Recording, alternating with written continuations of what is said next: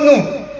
തന്റെ ആളുകളെ മാത്രം, സ്വന്തം പാർട്ടിയിലുള്ള ആളുകളും പരസ്പരം അംഗീകരിക്കുന്ന ആളുകളും മാത്രം വെച്ചുകൊണ്ട് പാർലമെന്റിൽ പുതിയ നിയമങ്ങൾ പാസാക്കുകയാണ്. അത് എക്സിക്യൂട്ടീവിന് കൊടുക്കുകയാണ്. എക്സിക്യൂട്ടീവ് അവരാളുകളായതുകൊണ്ട് അവർക്ക് നടപ്പിലാക്കാൻ പ്രയാസമില്ല. ജുഡീഷ്യറിയും ഇപ്പോൾ ഭരണകൂടത്തിന്റെ ഒത്താശ വാണിക്കൊണ്ടിരിക്കുന്നു. മീഡിയ ആണെങ്കിൽ ഏറെക്കുറെ മീഡിയകളും ഭരണകൂടത്തിന്റെ താളത്തിനൊത്ത് തുള്ളുന്ന ഒരവസ്ഥയിലേക്ക് കാര്യങ്ങൾ നീങ്ങുന്നത് അത്ഭുതകരമായ ഒരു സംഭവമാണ് ഉള്ളത്. നമുക്കറിയാലോ, ഞാൻ ഇപ്പോഴും ആധികാരികമായി പറയുന്നു, 2024 നരേന്ദ്രമോദി തോറ്റിരുന്നുവെങ്കിൽ ഉറപ്പായിട്ട് പറയുന്നു, ആധികാരികമായിട്ട് പഠനത്തിനനുസരിച്ച് പറയുന്നു, ഒരു രാജ്യത്ത് ഒരു അധിനിവേശം നടക്കുമായിരുന്നു. കാരണം തോൽക്കാൻ അവർക്ക് സാധ്യമല്ല. അതുകൊണ്ടാണ്, നിങ്ങൾ ശ്രദ്ധിച്ചോന്നറിയില്ല, ഇലക്ഷന്റെ റിസൾട്ട് വന്നുകൊണ്ടേയിരിക്കുന്ന സമയത്ത് കൃത്യസമയത്ത് ബ്ലോക്കായി, റിസൾട്ട് വരുന്നില്ല. അതിനുശേഷമാണ് വീണ്ടും മുന്നിട്ടാണ് ഭൂരിപക്ഷം തെളിഞ്ഞത്. എന്ന് വെച്ചാൽ തോൽക്കാൻ ഒരു സമയത്തും അവർ തയ്യാറല്ല. അവരെ പ്രത്യാശാസ്ത്രം കൊണ്ട് ഈ രാജ്യം ഹിന്ദുത്വ രാഷ്ട്രമാക്കണം, ഈ രാജ്യത്തിൽ നിന്ന് മുസ്ലിമീങ്ങൾ പുറത്തു പോകണം, ഈ രാജ്യത്തിൽ നിന്ന് കമ്മ്യൂണിസ്റ്റ് മാർക്സിസ്റ്റ് പുറത്തു പോകണം, ഈ രാജ്യത്തിൽ നിന്ന് ക്രിസ്ത്യാനികൾ പുറത്തു പോകണം. ഈ 3 വിഭാഗത്തെയും പുറത്താക്കി സവർണകൂടം മാത്രം നിന്നുകൊണ്ട് രാജ്യം ഭരിക്കുന്ന ഒരവസ്ഥയിലേക്ക് കാര്യങ്ങൾ നീക്കണമെന്ന് അവരുടെ പ്രത്യാശാസ്ത്രങ്ങൾ എഴുതിയത് കൊണ്ടാണ് അതനുസരിച്ച് നീങ്ങിക്കൊണ്ടിരിക്കുന്നത്. ദുഃഖകരമായ ഒരു അവസ്ഥയിലേക്ക് കാര്യങ്ങൾ നീങ്ങി. എന്താണ് അവസ്ഥ നിങ്ങൾക്കറിയുമോ? ഒരു ഫോം സി ഉണ്ട്. ഫോം സി എന്ന് പറഞ്ഞാൽ നമുക്ക് ഇന്ന് മനസ്സിലാവും. ഫോം സി എന്ന് പറഞ്ഞാൽ 18 വയസ്സായ ഒരാളെ പുതുതായി ചേർക്കാനുള്ള ഒരു ഫോമാണ് ആ ഫോം.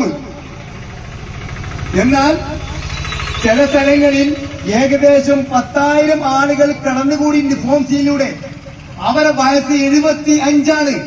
അതെങ്ങനെയാണ് 75? 18 വയസ്സായാൽ മാത്രമാണ് ആ ഫോം ഉപയോഗിക്കേണ്ടത്. പ്രായപൂർത്തിയാക്കി 18 വയസ്സായി കഴിഞ്ഞ ആളുകൾക്ക് വോട്ടർ ലിസ്റ്റ് പേര് ചേർക്കാം. അതായ സമയത്താണ് ഈ ഫോം ഉപയോഗിക്കുന്നത്. അതെങ്ങനെയാണ് 75 വയസ്സായ ആളുകൾ കയറുന്നത്? ഈ ഒരു അത്ഭുതം നടന്നിട്ടുണ്ട്.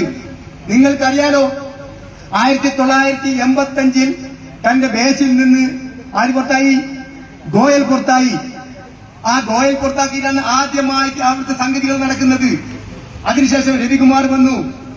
രവികുമാർ വന്നപ്പോഴും അത്ഭുതങ്ങൾ സംഭവിക്കാൻ തുടങ്ങി. അതിനുശേഷം ജ്ഞാനേഷ് കുമാർ വരുന്നത്.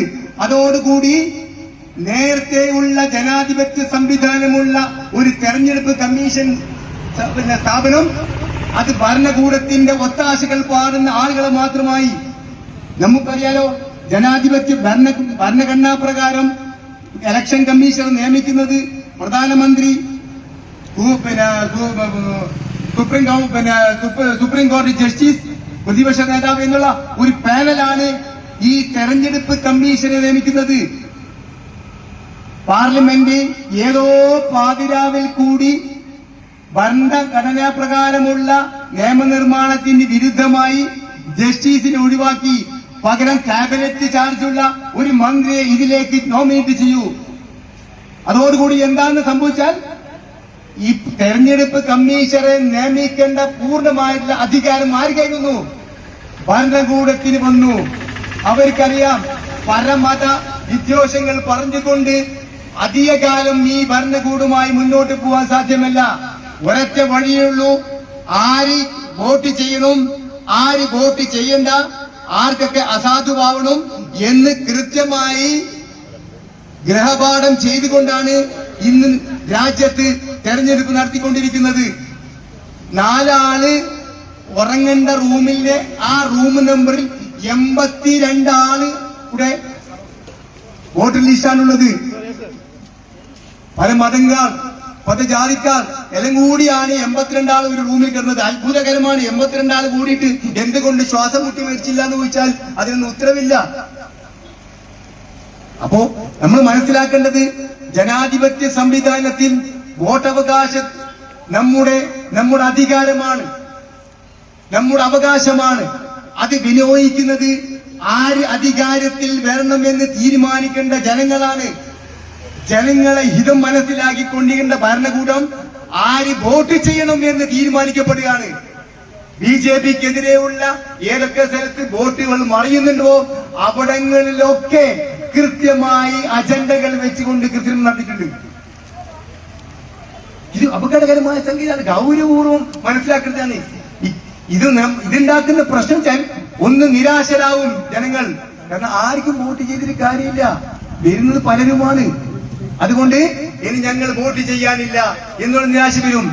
രണ്ട്, സ്ഥിരമായി ഭരണകൂടം ഉണ്ടാകുമ്പോൾ രാജ്യത്തിന്റെ സമ്പത്ത് മുഴുവനും കൊള്ളടിക്കാനും അഴിമതികൾ നടത്താനും സ്വജനപരമായ നിലപാട് സ്വീകരിക്കാനും ഈ ഭരണകൂടം തയ്യാറാകും.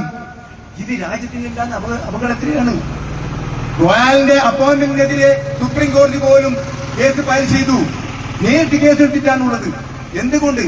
എന്തുകൊണ്ടാണിത് എന്ന് വെച്ചാൽ ആ 4 തൂണുകളും കൃത്യമായി പരസ്പരം ആശ്രയിച്ചുകൊണ്ട് നിന്നാൽ മാത്രമേ ഒരു ജനാധിപത്യ രാജ്യത്ത് ജനാധിപത്യം കൃത്യമായി പുലരും എന്നുള്ളത് കൊണ്ട് മാത്രമാണ്. നമുക്കറിയാം, ഒരുപാട് കാലം പലരും ഭരിച്ചിട്ടുണ്ട്. IK Gujarat ഭരിച്ചിട്ടുണ്ട്, CP Singh ഭരിച്ചിട്ടുണ്ട്, Rajeev Gandhi ഭരിച്ചിട്ടുണ്ട്, Indira Gandhi ഭരിച്ചിട്ടുണ്ട്. അങ്ങനെ ഒട്ടേറെ ആളുകൾ, ചന്ദ്രശേഖർ ഭരിച്ചിട്ടുണ്ട്. അങ്ങനെ ഒട്ടേറെ പ്രധാനമന്ത്രി വന്നിട്ടുണ്ട്. ഇവരൊന്നും തന്നെ ജനാധിപത്യത്തിന് ഘടകവിരുദ്ധമായി കത്തിവെക്കുന്ന രീതിയിലുള്ള ചിലപ്പോഴുണ്ടാവാം, സൂക്ഷ്മ നിരീക്ഷണത്തിലുണ്ടാവാം. ഇന്ന് ജനാധിപത്യം എന്ന് ചോദിച്ചാൽ, ഞാനൊക്കെ സ്കൂളിൽ പഠിക്കുന്ന സമയത്ത് ജനാധിപത്യം എന്ന് ചോദിച്ചാൽ 2 പേജിൽ കഴിയാതെ എഴുതാം. ജനാധിപത്യം അതാണ്, ജനാധിപത്യത്തിന്റെ സുവിശേഷത, ജനാധിപത്യത്തിന്റെ സുഖം ഒക്കെ എഴുതാമെന്നു. ഇന്ന് ജനാധിപത്യം എന്തെന്ന് ചോദിച്ചാൽ 2 വരിയേ ഉള്ളൂ അതിന്റെ മറുപടി. ഒന്ന്, ജനാധിപത്യം എന്ന് പറഞ്ഞാൽ 5 വർഷം കൂടുമ്പോൾ നിങ്ങൾ പോളിംഗ് ബൂത്തിൽ പോയിട്ട് ക്യൂ നിൽക്കുക, എന്നിട്ട് വോട്ട് ചെയ്യുക. ഒരു പാർട്ടിയെ നിങ്ങൾ അധികാരത്തിൽ എടുക്കാം, ആ പാർട്ടിക്കെതിരെങ്ങാനും നിങ്ങൾ വിരൽ ചൂണ്ടിയാൽ, ഇങ്ങനെ പൊതുസ്റ്റേജിൽ നിന്ന് പ്രസംഗിച്ചാൽ, നിങ്ങൾ എഴുതിയാൽ, നിങ്ങളുടെ സ്ഥലം TR ജയിലോ പാർട്ടിയാർ ജയിലോ സെൻട്രൽ ജയിലോ അല്ലെങ്കിൽ അങ്ങനെയുള്ള സ്ഥലത്തായിരിക്കും നിങ്ങളുടെ അവസ്ഥ എന്ന് കാണിച്ചു തരികയാണ് ജനാധിപത്യം. അതല്ലേ? എതിർക്കുന്ന ആളുകളൊക്കെ ജയിലറുകളിലാണ്. ഞങ്ങൾ എതിർക്കാൻ പാടില്ല. ഞങ്ങൾ എതിർത്താൽ രാജ്യവ്യാപകമായി കലാപങ്ങൾ നടത്തുകയും ന്യൂനപക്ഷങ്ങളെ കൊന്നൊടുക്കുകയും ചെയ്യുന്ന ഒരു ഭരണകൂടമാണ് ഇന്നുള്ളത്. നമുക്കറിയാലോ, PR നമ്മളോട് വിളിച്ചു പറയുന്നതാണ് 65 ലക്ഷം ആളുകളെ വോട്ടർ ലിസ്റ്റിൽ നിന്ന് പുറത്താക്കി എന്ന് പറഞ്ഞാൽ എത്ര സൂക്ഷ്മതയോടുകൂടിയാണ് പണിയെടുത്തിട്ടുണ്ടാകാൻ പ്രിയമുള്ളവരെ. ആ 65 ആളായിരുന്നയോ പരമദാരിദ്ര്യമാണ്. മുസ്ലിം സമുദായപ്പെട്ടവർ, ദളിതർ, ആദിവാസികൾ ഒക്കെ കൂടിയതാണ്. എന്ന് വെച്ചാൽ ഇവരുടെ വോട്ട് വേണ്ട, നിങ്ങളുടെ വോട്ടിയുടെ ആവശ്യമില്ല. പകരം ഒരു വീട്ടിൽ നിന്ന് 15 വോട്ട് വെക്കാൻ നമുക്കറിയാം. ആ 15 വോട്ടർ ലിസ്റ്റിന്റെ ID കാർഡിലും ഫോട്ടോ വെക്കാതെ എങ്ങനെ വോട്ട് ചെയ്യണം നമുക്കറിയാം. കേരളത്തിൽ തന്നെ കണ്ണൂരിന്റെ ചില ഭാഗങ്ങളിൽ അതിന്റെ ഉദ്യോഗസ്ഥൻ പറഞ്ഞത് ഞാൻ ഇപ്പോൾ ഓർക്കുന്നുണ്ട്. വോട്ടർ ID കൊടുത്തപ്പോൾ ഫാത്തിമ എന്ന് വായിച്ചു. അപ്പൊ സ്വാഭാവികമായിട്ട് അതിന്റെ പിറകിൽ ഉദ്യോഗസ്ഥന്മാരെ പിറകിൽ നിൽക്കുന്ന ബൂത്ത് ഏജന്റുമാർ ഇങ്ങനെ നോക്കി ആ ഫാത്തിമ നീണ്ടൊരു പൊട്ട് വെച്ചിരിക്കുന്നു. അപ്പൊ ഉദ്യോഗസ്ഥന്റെ സംശയത്തോടു കൂടി ഈ ഫാത്തിമയെ നോക്കി. എന്താണ്? സാധാരണ ഫാത്തിമ എന്നുള്ള പേര് ഒരു മുസ്ലിം പേരായതുകൊണ്ട് അവിടെ വേഷവിധാനം, അവിടെ ഒതുക്കെല്ലാം കണ്ടതുകൊണ്ട് ആ ഉദ്യോഗസ്ഥൻ നോക്കിയപ്പോ പിറകിൽ നിന്ന് ഒരു ഏജന്റ് വിളിച്ചു പറയുന്നറിയുമോ? ഇവിടെയുള്ള ഫാത്തിമമാരൊക്കെ പൊട്ടുവെക്കും, ബാക്കി നിങ്ങൾ ഫില്ല് ചെയ്തോ.